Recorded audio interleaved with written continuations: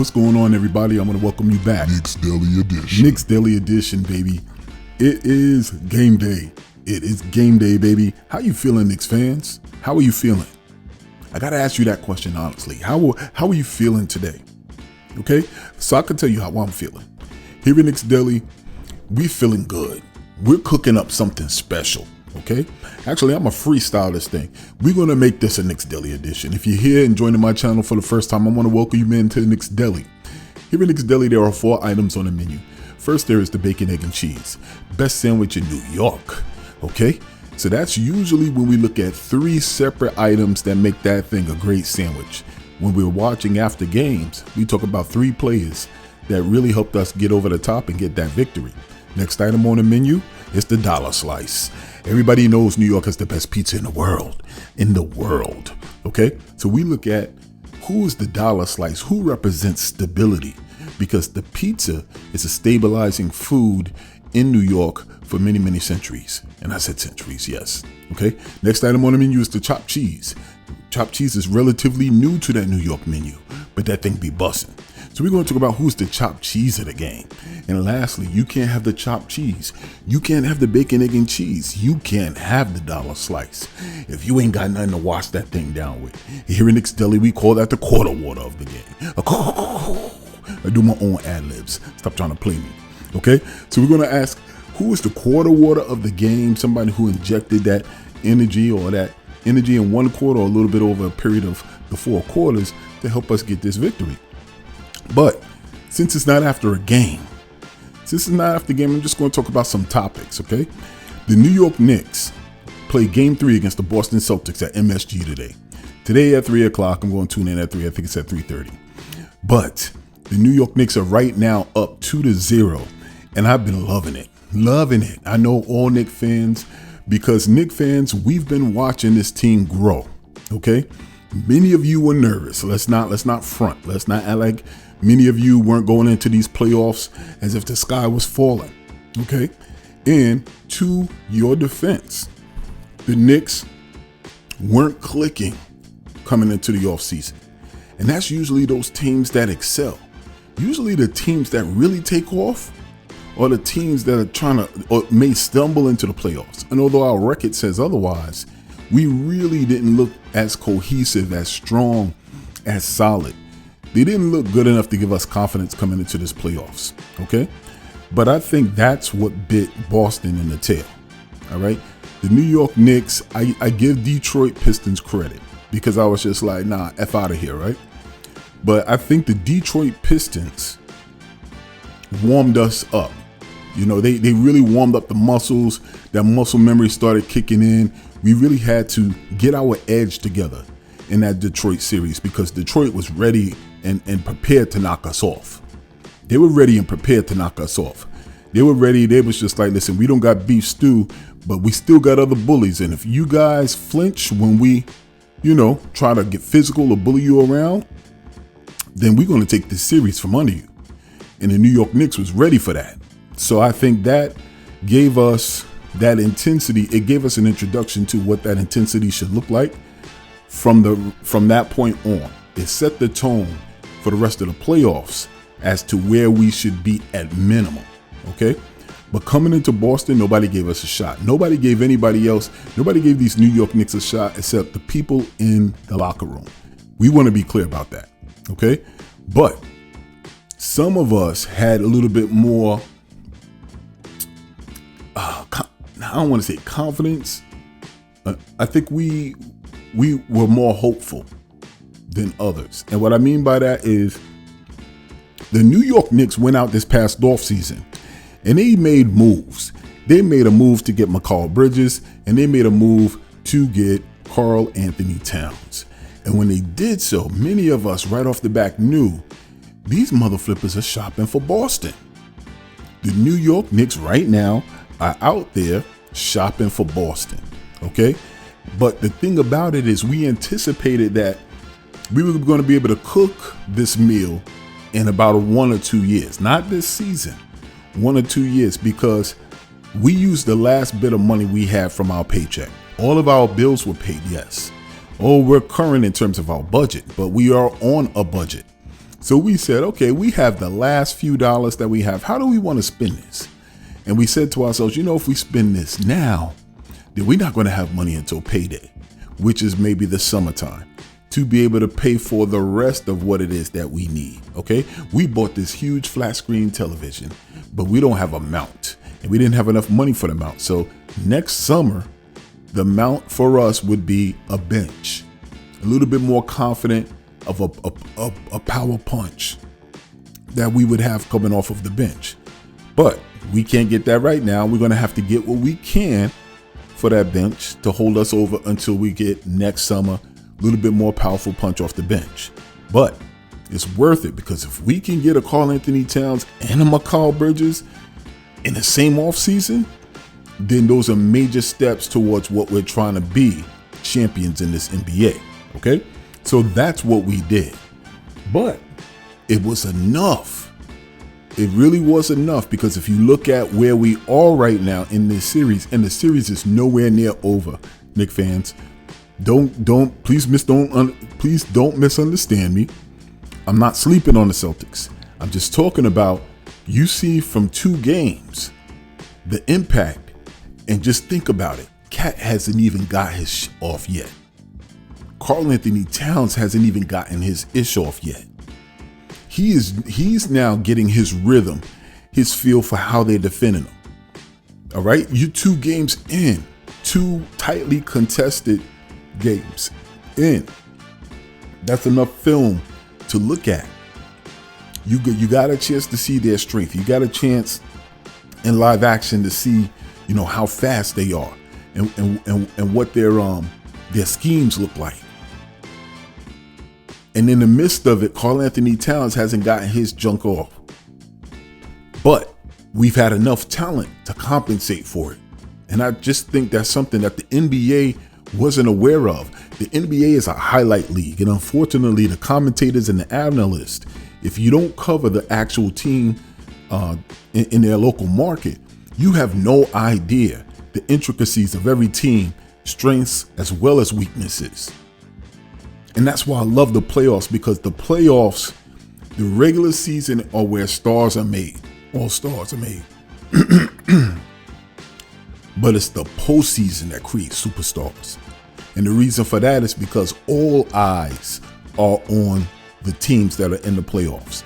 All eyes. And that's when other fan bases, other analysts, other players realize not only how about it you are, not only how official you are under pressure, but whether or not you could be clutch and have big time moments in big time games. So with that being said, the New York Knicks shopped and they air fried the meal. Okay. And that shit is tasty right now. That's what we're talking about. It's tasty right now here in Knicks Deli, baby. Shout out to Knicks Deli. Deli edition. So with that being said, I'm hyped because I think the Boston Celtics really underestimated the New York Knicks. They really did. And that's why I say give no credence to the regular season. Oh, they were on my page. They were on my channel in the comment section, commenting and sectioning. There were some people who have fake accounts. Yo, I can't make this up. If you are a channel owner, you know consistencies. When you look at the analytics, there are people creating profiles to try to troll. Don't you know I am Bane? I was born in the dark. Don't you know that?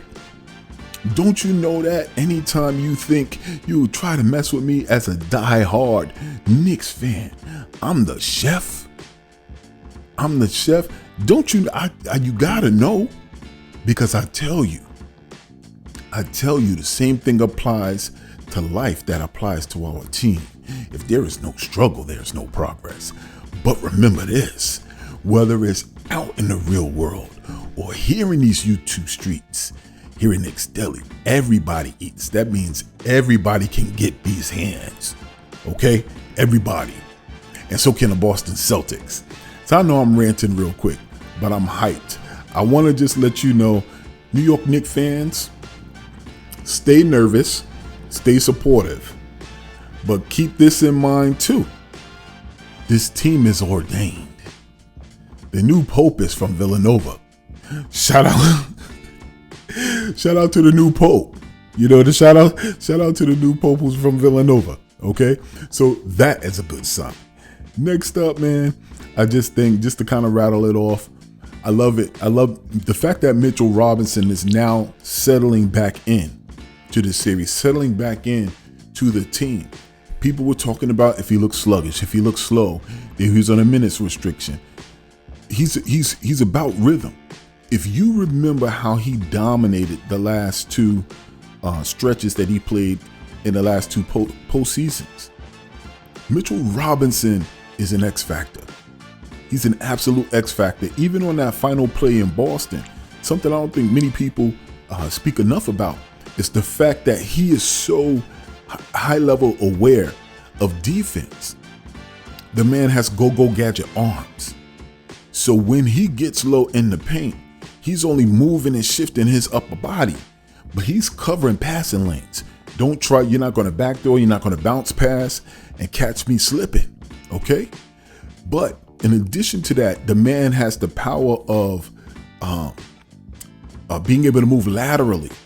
So if he's low and he's shifting like this, and then he just slides to the right and slides to the left as he can, then that can redirect players to one area or the other. That's exactly what he did on the play with Jason Tatum. When Jason Tatum tried to drive, the man was spread, and he just tried to, he just shifted a little bit laterally, and that forced Tatum to go a little bit further out into the arms of, our two wings, Wingstop. And none of that is by accident. That's Tom Thibodeau directly. So Mitch is a huge piece. Mikal Bridges, completely committed to making y'all eat y'all words.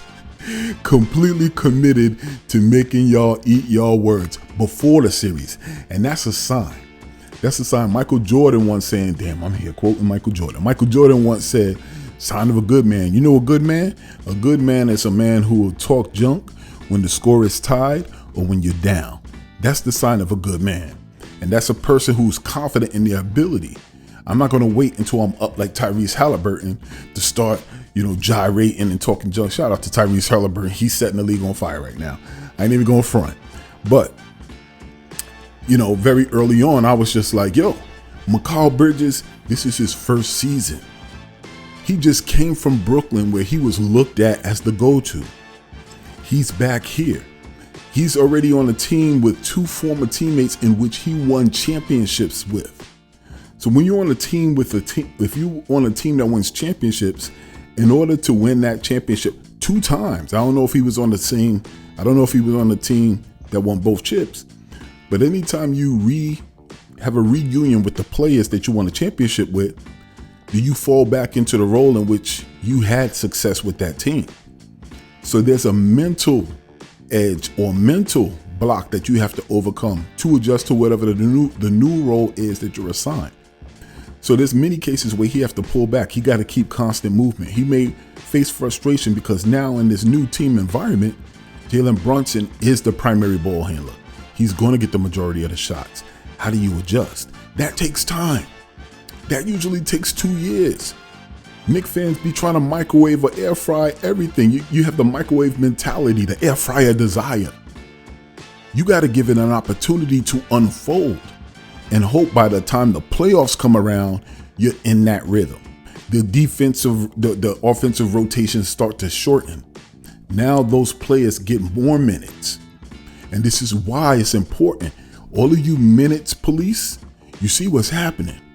There are teams that are catching injuries because their bodies aren't conditioned for the grind. And then at the same time, when the playoffs hit and the rotations are shortened and players play more minutes, and now you're catching injuries, as opposed to the teams that give those minutes so those bodies are conditioned to push into overtime or another overtime. Okay? So that's what we're looking at. And lastly, OG and Anunoby, man, the New York Knicks are getting their money's worth. I never understood when OG and Anunoby was in Toronto and the New York Knicks were always part of some rumor to bring a star to New York. And every other time, man, OG Anunoby's name started to come up, especially when Leon Rose got here. And I tried to pull up highlights of OG, and I could never see it because it doesn't show necessarily on film. He's not an offensive juggernaut. And I was like, why is everybody trying to get this kid here? And I don't see nothing. He looks like a backup to me. I kept saying that. And then during the Toronto Raptors championship run, he was injured. And I was just like, all right, he got a chip, but I'm trying to look up highlights. Why are the New York Knicks so interested in this guy? I had no idea that the man has Scottie Pippen tendencies. I had no idea. I had no idea that he had LeBron James-esque type of mannerisms during that stretch run where Jalen Brunson was out towards the latter part of the season. He stepped in and legitimately was like unstoppable on many nights when he was the number one and we were running the offense through him. OG Anunoby I'm looking forward to this being a come out show for all of the players on our squad. I want Mitch to stand. This is a championship. These are championship immersions. Now that I'm thinking about it, in real time, it just came to me. When the players that you have take their games to another level, those are the stories that are talked about on documentaries of championship teams. What was magic about this run by this team that nobody could match? The New York Knicks are experiencing that right now. They're experiencing an ascension where all of the things are coming together, and it starts with health. The last few years we've been in the playoffs, we've always been deterred by health, poor health. Somebody will go down. Somebody's fighting through this. Josh Hart is battling his heart out. That run, was it last year? Well, all of our players were falling. It was crazy. And we still showed so much more heart. No pun intended. But now we are at our healthiest. We are probably the healthiest team in the playoffs right now. And you know what else is happening? And Knicks fans, you got to rock with me on this one. All of the boogeymen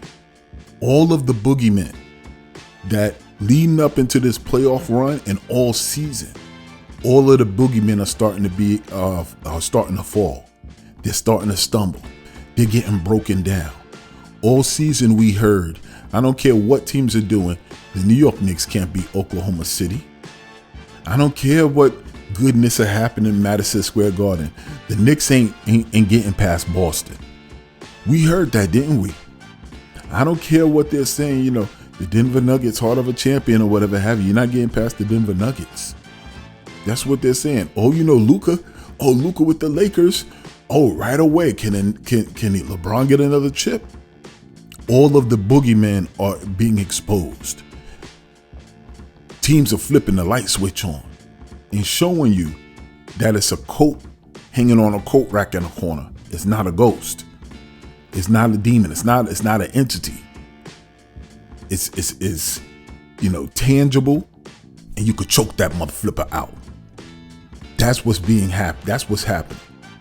And in its place, it's a real monster that's coming up. And that's the New York Knicks. Point to me outside of Anthony Edwards in the playoffs right now, thriving. Point to me another killer. Point to me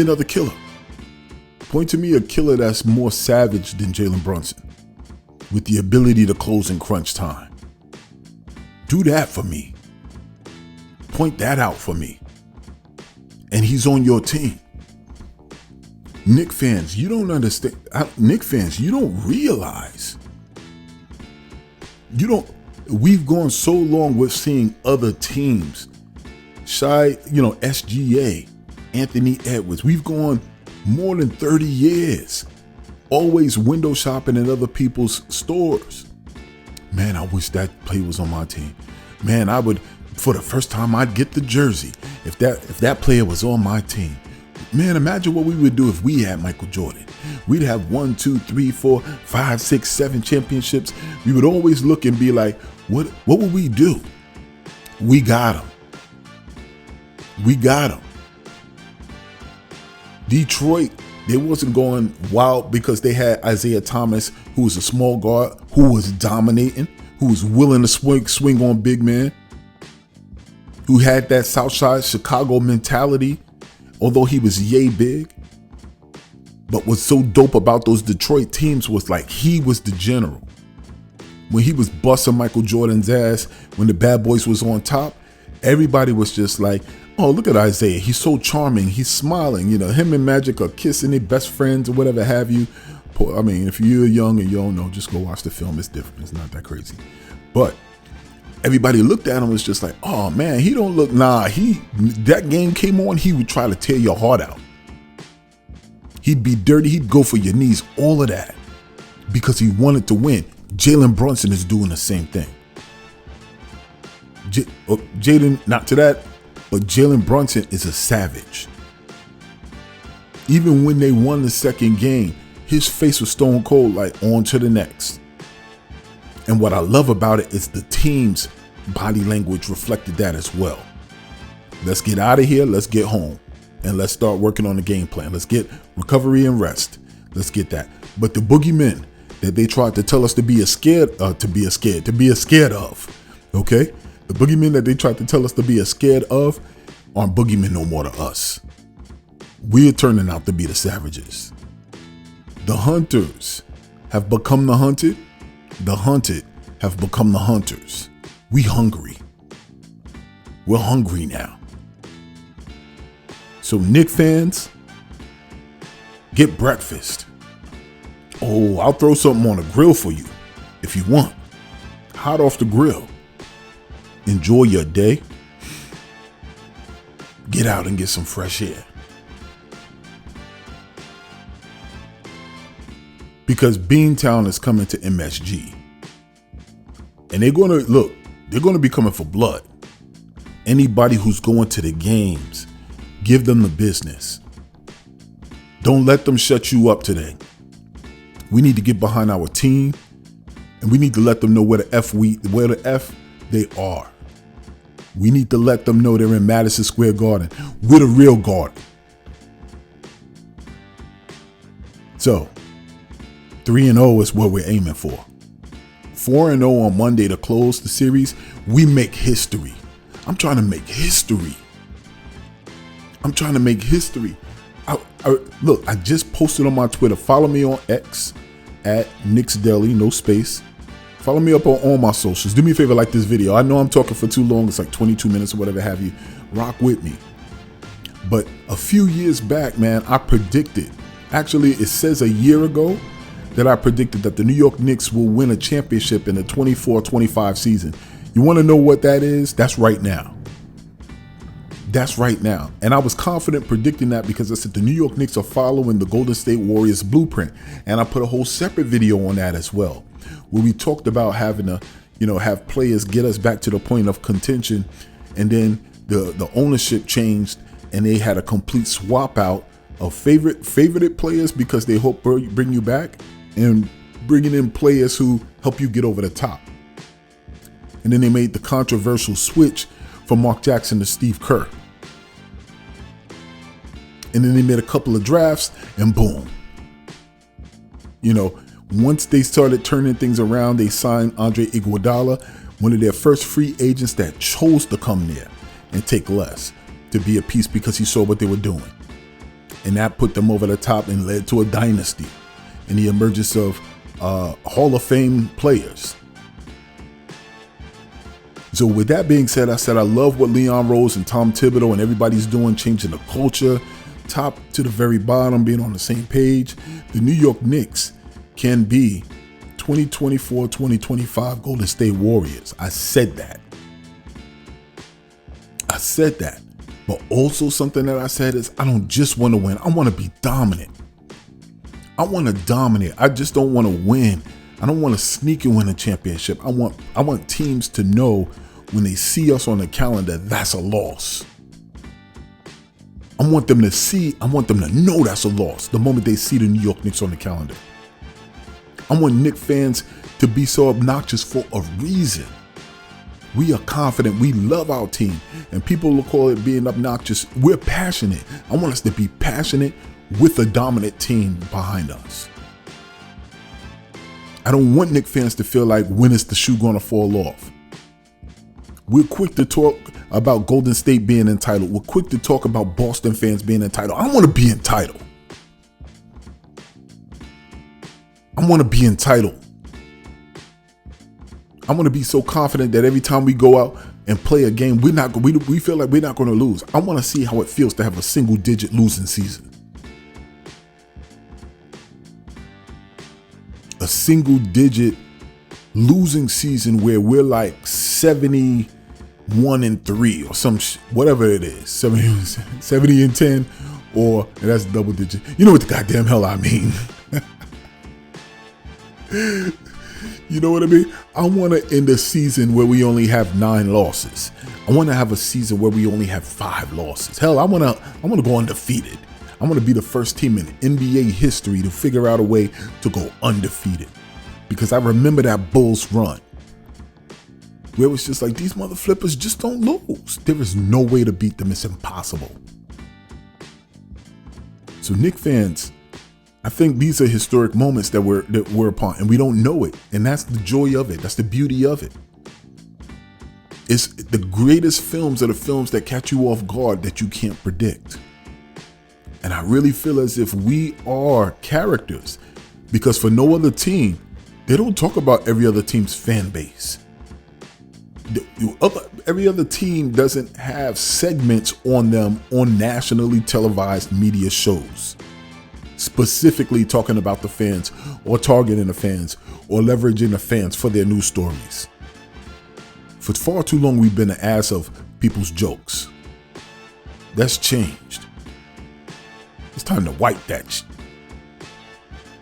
So keep this in mind. Same thing applies to life that applies to our team. There's no struggle, there's no progress. But remember this, whether it's out there in Beantown or here in these New York streets, here at Knicks Deli, only New Yorkers eat. I'm your boy Shea, and I'm out. Peace.